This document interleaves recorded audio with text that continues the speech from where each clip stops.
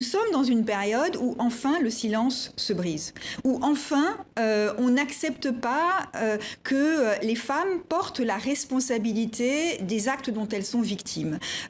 Trop longtemps et encore trop souvent dans trop de pays au monde, les femmes se voient reprocher les violences dont elles sont elles-mêmes les victimes, comme si c'était leur responsabilité. Et ça, c'est insupportable, c'est inacceptable.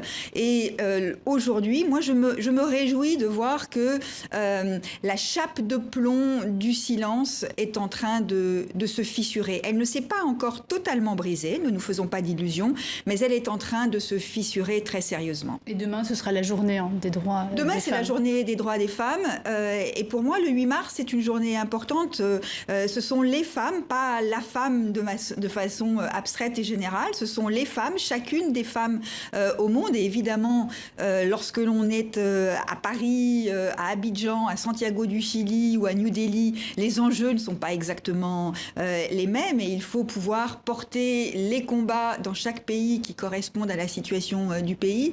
Mais pour moi, le combat pour les droits des femmes, ce ne sont pas seulement des combats thématiques, si vous me passez cette expression, c'est-à-dire contre les violences, même si c'est très important, pour la liberté de disposer de son corps, même si c'est très important, etc. Il faut tout cela, mais c'est aussi un combat pour la démocratie, un combat pour l'égalité.